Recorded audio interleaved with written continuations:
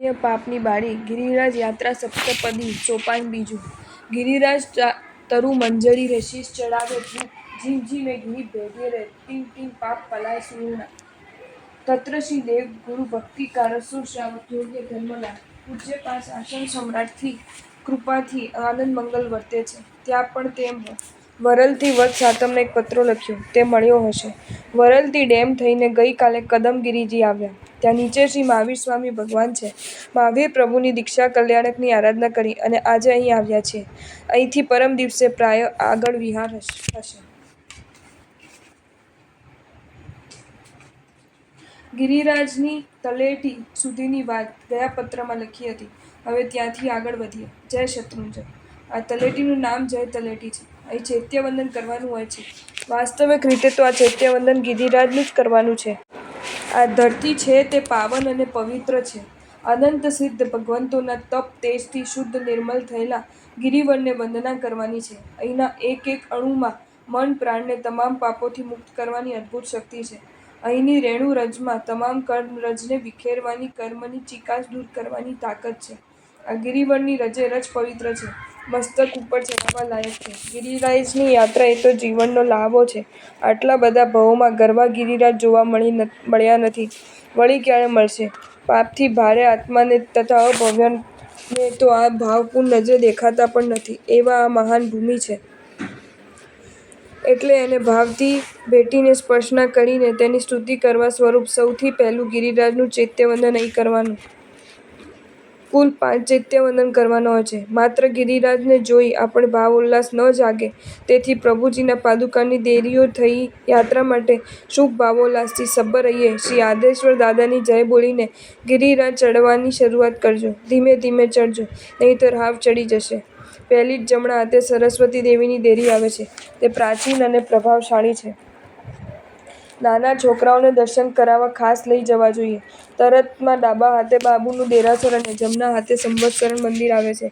બાબુના દેરાની ભમતીમાં શ્રી ભીડભંજન પાર્શ્વનાથ ભગવાનની કાયોત્સર્ગસ્થ પ્રતિમા દર્શન કરવા લાયક છે અને સંવત્સરણ મંદિરમાં ખાસ ધ્યાનથી દર્શન કરવા લાયક તો 108 તીર્થના જે બહુરંગી પટ છે તે છે। તે જોતાં એકાદ કલાક થઈ જાય અને આ એકાદ કલાક તો આપણે કોઈ જુદી સૃષ્ટિમાં પહોંચી જઈએ। ન જોયેલા તીર્થો જોવાનું મન થાય અને જોયેલા તીર્થો ખરેખર આટલા સુંદર છે તેવું લાગે। ત્યાંથી આગળ જતાં પહેલી પરબ આવે તે મોતીશા શેઠની પરબ કહેવાય છે। તે પછી થોડો ચાલવાનો સીધો રસ્તો આવે છે। આ ગિરિરાજનું એક નામ સિદ્ધાચલ છે। એ શબ્દને બીજા અર્થ માટે વિભાજિત કરીએ તો સીધાચલ એટલે સીધો ચાલ, આડો અવળો વાંકો ચૂકો ન ચાલ, પણ સીધો ચાલ। એવો મુખ સંદેશ આ ગિરિરાજ આપણને આપે છે। સીધો રસ્તો જ્યાં પૂરો થાય છે ત્યાં કુંડ છે। તેનું નામ ઈચ્છાકુંડ છે। આ કુંડ સંવત 1681માં બનાવાયો છે। ત્યાંથી ઉપર ચડવાનું આવે છે। જમણી બાજુ પાદુકા આવે છે। દર્શન કરવા થોભાનું આવે। થોડું ચડીએ એટલે થોભવું તો પડે જ। એમાં બે ફાયદા, વિસામો મળી રહે અને વંદના થઈ જાય। ગિરિરાજમાં ચડતાં મૌન રહેવાય તો શ્રેષ્ઠ છે। ન જ રહેવાય તો ક્યારે સિદ્ધગિરિ પવિત્ર શિખરે જઈ શાંત વૃત્તિ સજી સિદ્ધોના ગુણનો વિચાર કરશું। મિથ્યા વિકલ્પો ત્યજી એ ભાવાનુસાર અહીં આ ભૂમિના પ્રભાવે સિદ્ધ થયેલા સિદ્ધ ભગવંતોના અનંત ગુણને યાદ કરવા તે પણ ન ફાવે તો શ્રી સિદ્ધગિરિજી કે શ્રી આદેશ્વર દાદાના સ્તવનોની કડીઓ બોલવી, પણ કોઈની નિંદા કે સાંસારિક વેપાર વ્યવહારની વાત ન કરવી। હા તો હવે જો ડાબી બાજુ આવે તે લીલી પરબ આવી। ત્યાંથી આગળનું થોડુંક ચડાણ સીધું અને તેડી થોડું આકરું છે। એ ટેકરી ચડી રહો એટલે આવે છે કુમારકુંડ। અહીંથી એક ઊંચી સુંદર દેરી છે, ત્યાં દર્શન કરો। તે પછીના પગથિયાં સુગમ આવ્યા। દોડા પગથિયાં છે એટલે ચડવામાં સહેલા પડે છે। હવે નીચેનો સંગ છૂટે છે। ઉપરની તાજી નરવી હવાના આંદોલનો ગિરિરાજની પવિત્રતા ભળીને આપણને ભેટવા આવે છે। તીર્થ ભક્તિનો એક અનુપમ પ્રસંગ। આટલામાં જ મંત્રીશ્વર વસ્તુપાલની તીર્થ ભક્તિનો પહેલો પ્રસંગ બન્યો હતો। એ વાતની ખબર છે ને? વાત જાણે એવી બની હતી। એકવાર મંત્રીશ્વર વસ્તુપાલ સંઘ લઈને યાત્રા માટે પધાર્યા હતા। મોટા માનવ મહેરામણ ઉમટ્યું હતું। આજુબાજુના પણ ઘણા યાત્રિકો આવ્યા હતા। યાત્રા કરીને બધા નીચે આવતા હતા। મંત્રીશ્વર વસ્તુપાલ પણ નીચે ઉતરતા હતા। સામેથી ટોપલો ભરીને ફૂલો લઈને એક ઘરડો માળી ઉપર ચડી રહ્યો હતો। તેને ઘણો હતી કે આજે યાત્રિકો ઘણા છે, મોટો સંઘ આવ્યો છે, મારે બધા ફૂલો ખપી જશે. પણ ઘરેથી નીકળતા મોડું થઈ ગયું અને આ બધા યાત્રિકોને નીચે ઉતરતા જોઈને નિરાશ થઈ ગયા. હવે મારા ફૂલો કોણ લેશે? એમાં કંઈક તેને કહ્યું કે આ સામે આવે છે તે સંઘપતિ છે. બરાબર તે જ વખતે મંત્રીશ્ર વસ્તુપાલનું ધ્યાન તેના ઉપર ગયું. પૂછ્યું કે શું કહે છે? માલીએ કહ્યું, હવે મારા ફૂલ કોણ લેશે? મંત્રીશ્વર વસ્તુપાલે કહ્યું કે તેના બધા ફૂલ લઈ લ્યો અને કહે તે પૈસા આપી દો. ટોપલો ફૂલ લઈને વસ્તુપાલે ગિરિરાજને બતાવ્યા. બાકી રહેલા ફૂલો વડે ત્યાં રહેલા તમામ યાત્રિકોને ગિરિરાજની પૂજા કરી. માળીની આંખમાં હર્ષના આંસુ આવી ગયા. સૌ મંત્રીશ્વરની ઉદારતા અને તીર્થભક્તિની મુક્ત મને બે મોઢે પ્રશંસા કરવા લાગ્યા. માલીના મનને પણ સંઘપતિની ઉદારતા સ્પર્શી ગઈ. આ ઘટના અહીં જ બની હતી. આ પ્રસંગથી આપણે પણ પ્રેરણા લેવી જોઈએ. ચાલો ગિરિવર ચડીએ ભાવે. અને તે પછી જોતજોતામાં હિંગલાજ માતાનો હડો આવે છે. ત્યારે પગથિયે ન હતા ત્યારે એવું કહેવાતું કે આવ્યો હિંગલાજનો હડો, કેળે હાથ દઈને ચડો. એક પછી બે રસ્તા આવે છે. અહીં શ્રી પાર્શ્વનાથ ભગવાનની પાદુકાની દેરી છે ત્યાં વંદના કરીએ ને મોટા ભાગના લોકો નવા રસ્તે જ જવાનું પસંદ કરે છે અને એ વધુ સલામત છે. આજનો માણસ સલામતીને પહેલાં શોધે છે.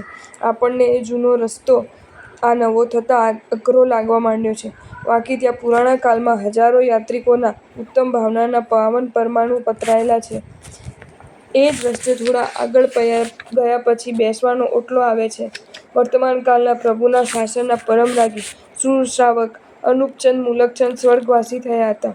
તેઓનું અંતઃકરણ યોગી કક્ષાનું હતું. અમદાવાદથી ગંગામા વગેરેની સાથે યાત્રાએ આવેલા.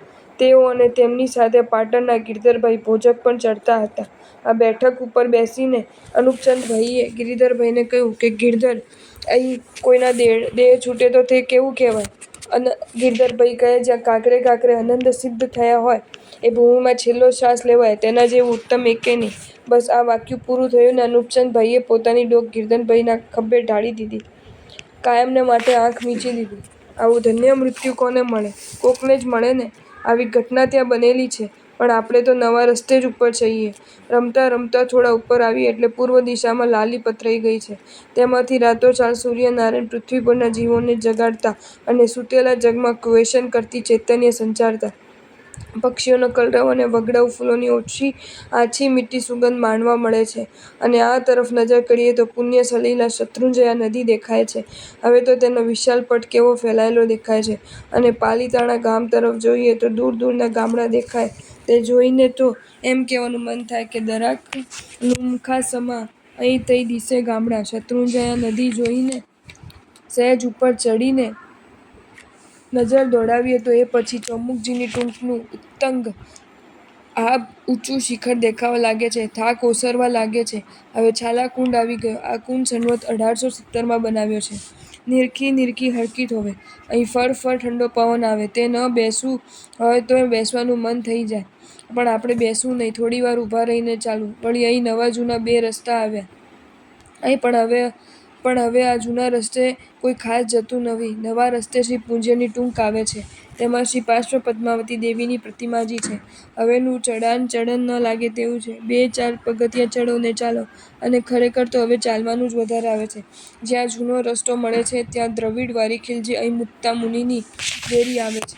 એ દર્શન કરીને સહેજ આગળ જઈએ એટલે અહીંથી જ ગિરિરાજનો જે દેખાવ જોવા મળે છે તે ભવ્ય હોય છે. ખુલ્લી સપાટ જગ્યામાંથી નવટુંકવાળો ઉંચેરો ભાગ શું સુંદર લાગે છે કે જોયા જ કરીએ.